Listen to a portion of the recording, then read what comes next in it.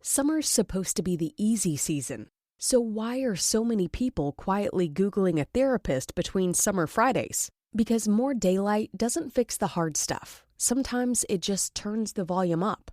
Grow does therapy differently. Therapy is not only for when you're in crisis.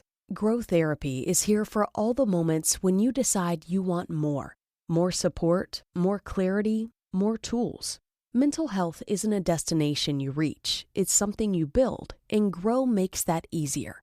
Grow connects you with thousands of high-quality licensed therapists across the U.S., offering both virtual and in-person sessions, nights and weekends.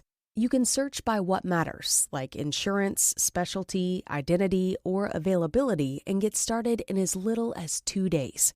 There are no subscriptions, no long-term commitments. You just pay per session. Grow helps you find therapy on your time. The therapist you want takes your insurance on Grow. Grow accepts over 125 insurance plans. Sessions average $21 with insurance, and some pay as little as $0 depending on their plan.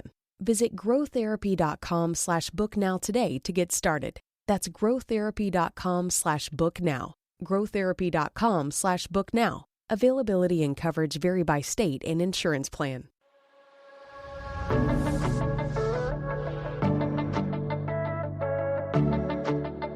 If you've ever been told everything looks normal, but still don't feel yourself, this podcast is for you. Welcome to the Cornerstone Integrative Healing Podcast, where we're changing the face of healthcare so you can understand your body and take your health back. Because the truth is, most people are left managing symptoms without ever being told why their body is struggling in the first place.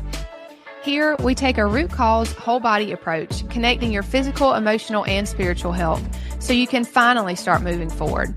And most importantly, we point you to the one and only true healer, Jesus. Hello, I'm Kari, Coody, your co-host. I'm a pharmacist turned integrative health practitioner, and after 20 years in the traditional healthcare system, I saw firsthand just how many people were left without real answers, and I knew there had to be a better way. Oh, hey, I'm Jenn, Patriarca. God gave me a desire to help others through natural healing many years ago. And after more than 20 years in functional nutrition, he brought Kari and I together for this mission.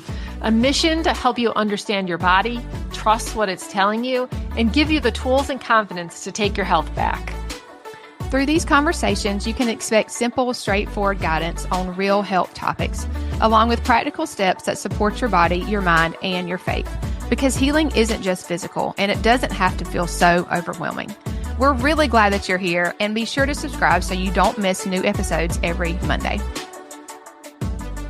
Hey, everybody. Welcome back to the Cornerstone Integrative Healing Podcast. We're here to help you think differently about your health and your healing. And we're here to help you uncover the root causes behind what your body's really trying to tell you, all while pointing you to Christ. So I'm here again with my co-host Kari and our special guest Marina. We're so happy today to be talking about something that I think that's widely misunderstood, probably because the information is so conflicting. I think we have been told for a long time that red meat is bad for us and it raises cholesterol and it, creates issues. I know a lot of people point to the China study, which was a massive study, pointing out really the just the importance of a plant-based diet and not eating meat. But there's lots of nuances to that study, right? One was the quality of the meats that they were studying. Most of it was pretty poor quality, which really makes a difference. So in reference to what we're talking about today, like, is red meat bad for you? We're talking about grass-fed, or red meat, which makes a difference compared to the commercial. So yeah, we just want to have a chat about, how you might think differently about this. Yeah.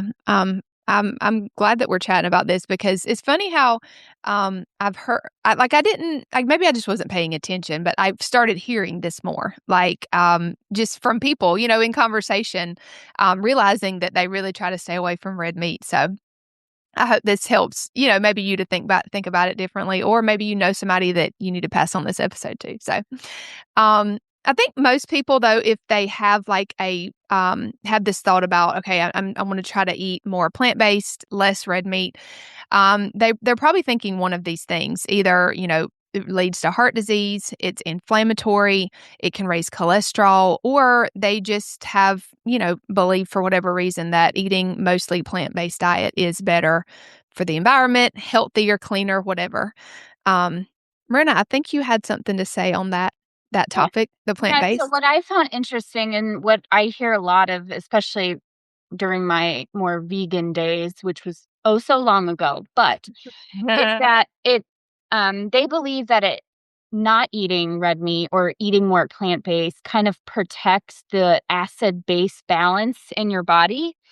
And that beef in itself inherently like putrefies your stomach, and increases acid. But beef, if you get grass-fed, pasture-raised, whole good sources of beef, will give you the most bioavailable proteins available and vitamin D if you are eating the fat and the organs of the meat as well. So, with those two things, bioavailable protein and vitamin D, you're actually helping the acid base balance in your body. That's what actually helps regulate that. So, it's kind of a myth to kind of throw the baby out with the bathwater, right? We don't want to just throw beef out. We want to look at the whole picture and the whole context of that statement. Yeah. That's a really, really good point. Like people forget that guess what you need for acid-base balance? You need amino acids. Right? And unlike, people are like alkaline water and hydrogen and all that stuff, I think some of that has some merit, but I also think the body is innately intelligent and will buffer whatever you put in your body, where it's alkaline or acid, it will try to bring that to homeostasis or use it for what it needs. Yeah. So With the right nutrients. correct, with the right nutrients. That's why And it's beef is a perfect, compilation of nutrients given to us so our bodies can do that process properly. right. Now, look, there are instances, since we're talking about breaking it down, like pregnancy. Yeah, your liver gets overloaded. You inherently lose the taste for meat because you can't digest it. Do you need support then? Absolutely. And most of us are in a stress response. So, yes, our digestion is in slow gear.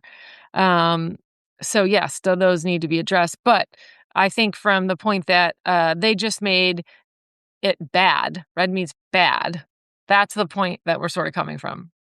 Mhm. No, it's like, why does it have to be so all or nothing? Black Anytime or- something's all or nothing, that should Be a make red you flag. think That's Right. something's good, fishy yeah. here, right? That's I mean, that's a truly. red flag for Yeah, all, it's a like, red flag. food things, wellness Yeah, things in right. general. For sure. That's a good No thing. You magic should. bullets and no Yeah. magic like What I think they malevolent. lack is kind of context of where, this came from, where the red meat debacle came from.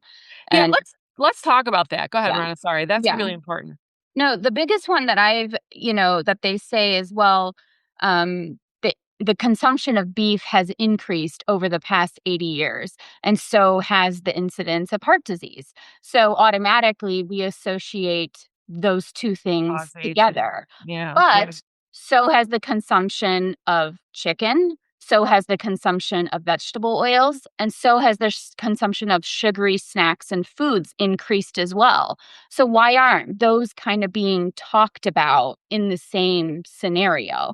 We kind of like lump it all on beef's shoulders or red meat's shoulders, and all the other things are still okay. So there's a lot more to this, right? Yes. I mean, Well, and it's important to point out that when they did release the cholesterol drugs, there was a very big effort to shift the mindset that fat is bad and that sugar's okay. And we had this, in the 80s, there was a huge non-fat movement, right? They took fat out of everything. Well, guess what they replaced it with for taste? Sugar. Um, so there was a really big movement away from again, that fat was bad, which, in my opinion, and a lot of really smart people like Weston A. Price, if you read his work, if you understand true, nutrients, the way that nutrients work, that makes no sense at all. Yeah. But the majority of the public and, the FDA and all the others just kind of ran with that. There's a really great book called Good Calories. It's old. It's called Good Calories, Bad Calories by Gary Taub. He's a journalist that it's phenomenal to explain the background on all of that. So if you're interested and want to dig further just about fat and cholesterol and sugar and how just kind of that paradigm and that messaging got very popular, that's a great book. Yeah. And I mean, that's a good point. Like we're literally just scratching the surface here. We're just trying to help you think about things a little bit differently, but there's a lot that you could dig into. So we'll definitely put those resources in the description of this video and the show notes as well. But there's it's just very marketable, right? That plant-based would be better than eating meat because, there's just a lot of things they could say there about that, it costs a lot to feed cattle. All of these things, it's just more economically stable to produce more plants for the growing population. Like there's tons of things that go into that narrative. And I just think about how that journalist, dug into it like, bravo, because it's easy to go along with the narrative that everybody's putting out there, Right. or the media, I guess, not everybody, right? But yeah, again, red flag. Got to dig into that a little bit more and maybe not just go with what's being fed to you. Yes. No pun intended with that. And I just and that's good, Kari. The plant-based diet, while it does have some merits, and for some physiologies it might be great for them, but you're missing a whole class of nutrients, fat soluble nutrients, B vitamins that amino acids that are easily broken down, lots of things that we just don't think about. Like, and to the other point, let's, do we eat too much meat here in general? Yeah, maybe we might, we focus maybe too much on the meat, and there's something to be said for that too, like the Paleolithic diets and carnivore diets. But we all know that a lot of the research is in the Mediterraneans, right? Which they eat more fish, and which again, we're just trying to make you think of like, what is right for you, what makes sense. Just don't. I'm trying to be very diplomatic. Well, we're not trying to sway you to the other side. If you're like all Right. about plants, we're not saying eat only meats. We're just saying, hey, can we meet in the middle, right? We need plants, but we also need the red meat because it provides us something very specific and very every body type is going to be different. Some people might, flourish on more of a, animal-based diet, and Sure. some people might be more in the middle. But it's all, based on your own body type and probably where your ancestry came from and where you've lived for the past 30 years. And also what stage of life you're in, like, you know what I'm saying? Like, there's so many different variables Yes. to how you should, feel your body the best or how you can. But I think a lot of this goes back to metabolic health. Like, how is your body breaking this down? That's the problem. Our metabolic health in general is awful as Americans, So I think that is definitely a part of this conversation. We talked about digestion, but for sure metabolic, well, I mean, obviously that goes along with it, but how are you breaking it down? Stomach acid is huge, right? You need a lot of stomach acid to break down meat, right? It's tougher to break down. And so most of us have low stomach acid or low bile or a combination of those. Yeah, and the intrinsic factor. A lot of us are missing. So there's something called intrinsic factor, which helps you absorb B12, right? And there's also fascia around that meat, right? And we need a like pepsin to help break down that fascia. So and a lot of us, because we don't have good hydrochloric acid production, therefore we don't have good intrinsic factor, and we're not producing pepsin because of pancreas insufficiency, and so we're not breaking the fascia down well. We're not absorbing the nutrients from the so we have to be cognizant of like how's our digestion working and how can we improve it so that we can get the most out of what we are eating.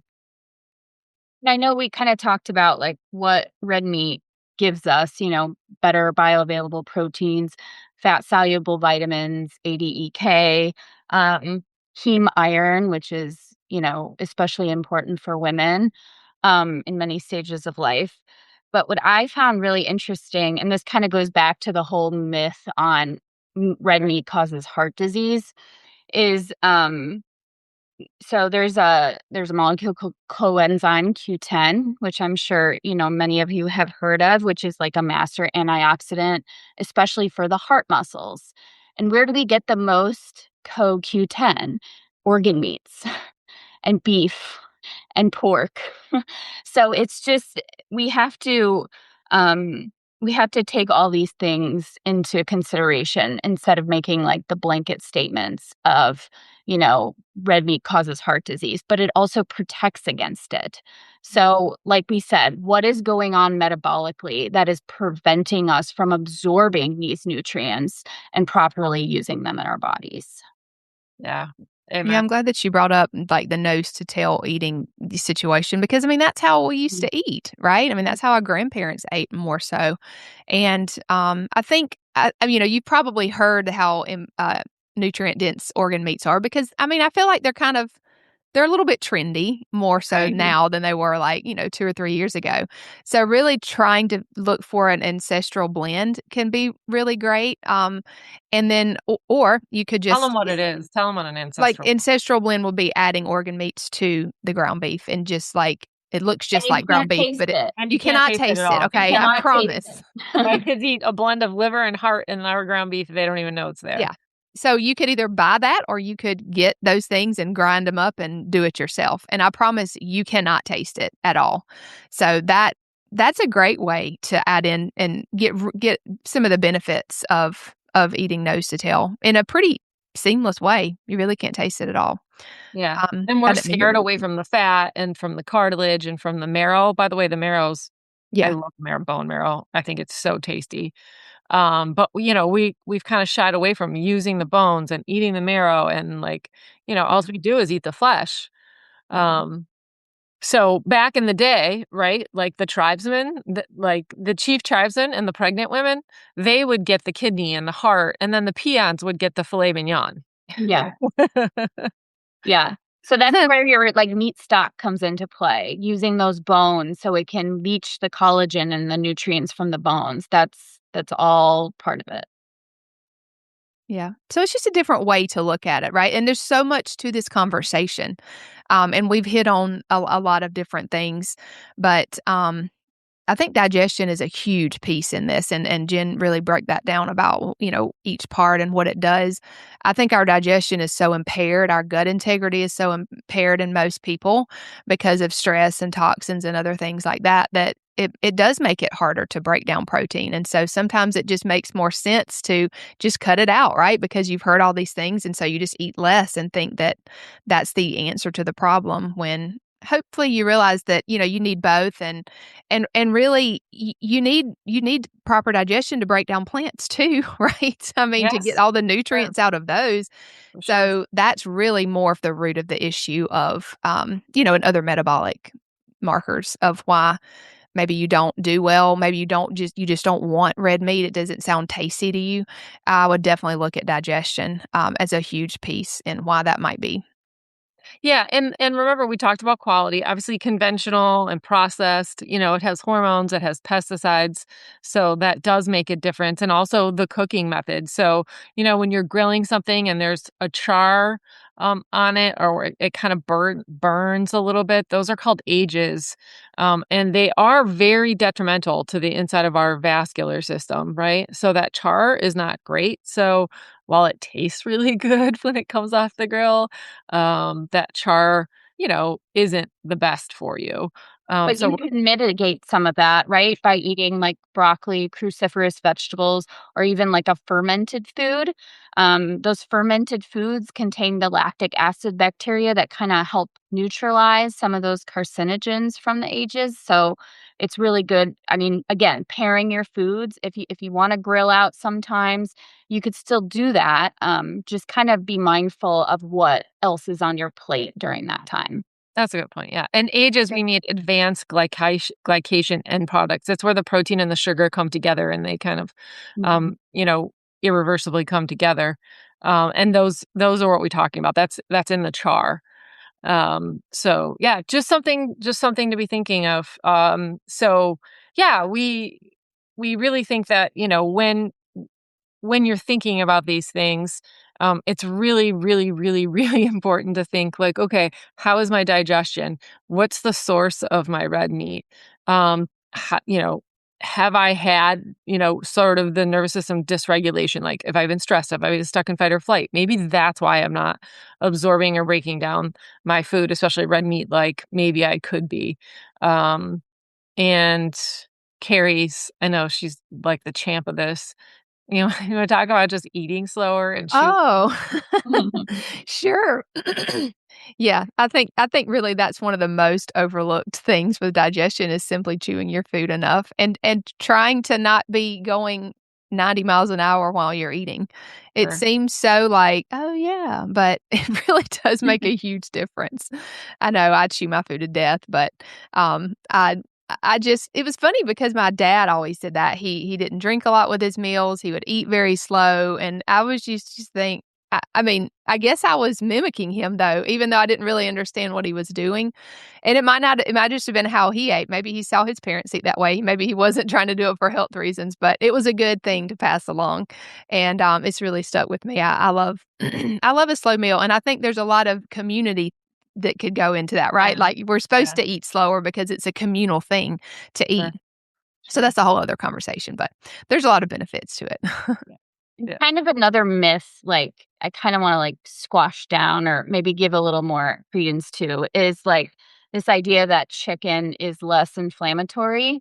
But if you look at like the omega ratios in chicken versus beef, and I'll just do like the conventionally raised, but we want a typical omega 6 to 3 ratio of about 4 to 1. And in chicken, conventionally raised chicken, it could be upwards of 30 to 1. So you're getting that many more times omega 6s, which is the more pro inflammatory omegas, versus like it could be upwards of 20 to 1 in conventionally raised beef. So again, that kind of doesn't make sense of why, people kind of say, oh, well, you should just eat chicken, it's healthier. Yeah. That I think they're that talking doesn't probably stuff. because it's more lean. Yes. But if you're do yourself a favor, if you're eating out and have to eat conventional meat, pick the beef. Yes. Yeah. Yeah. Wow, I didn't know the ratios were that bad. Yeah, that was kind of an enlightening. alarming find for me. Yeah. Yeah. And if you're worried about cholesterol, that's super important. There are really great studies done on they look at the concentration of omega-3s in the cell membrane. So in your cell, so you're surrounding your cells, you have this like fat there's 2 layers of fat. And they've looked at, okay, who is predisposed to heart attacks. And basically, they looked at high cholesterol and low cholesterol, too low, and their incidence of heart disease was very similar. And then they looked at people who had very high omega-3s in their cell membranes and those who had very low omega-3s in their cell membranes. And the ones that had the lowest incident or, ratios of omega-3s in their cell membranes were like 5 times more likely to die from a heart attack. So if that's Wow. what you're worried about, that's really something to consider. Yep. And I have that Definitely. data if anybody needs it, wants it, research. It's very interesting. So And if it's more like if it's more pasture raised, those ratios go about 1 to 1 for both right. chicken Perfect. and beef, which is Right. astounding. So Yeah. it's really important to consider sourcing in this Yeah. conversation. Nature knows Definitely. best. And I just think about, that's just one area of our diet. Obviously, if we're eating like a lot of packaged foods or eating out, like you're not getting any omega-3s at all. So we really need those to kind of counteract and balance out all the omega-6s that we're getting. That was just a little bit of more That's a whole context. nother podcast. That's a whole nother podcast, but like, yeah. And maybe we should do that. Yeah, That we would be a will. really good one for sure. But one of the things that's kind of central to this conversation is blood sugar too. And so we didn't really mention that, but we have a free opt-in. Just if you want some blood sugar tips, we'll put that link in the description of this video and the show notes as well, because that can really help you work on digestion and just make sure that you kind of look at the bigger picture when it comes to diet as well. So we'll put that in there for you. But if you have any questions, let us know. We would love to answer those. And if you want us to go more into depth on something, we would love to hear from you, because we can definitely make that into another podcast. And we love to hear from you always. So we will see you guys on the next episode. Thanks for joining us. If this episode has served you in any way, drop a review wherever you listen to podcasts. We'd love it if you'd share any aha moments or takeaways on Instagram and tag us at Cornerstone Integrative Healing. And if you haven't already hit the subscribe button, please do so. We want to continue to walk this journey with you. Until next time, friends, know that we are praying for you.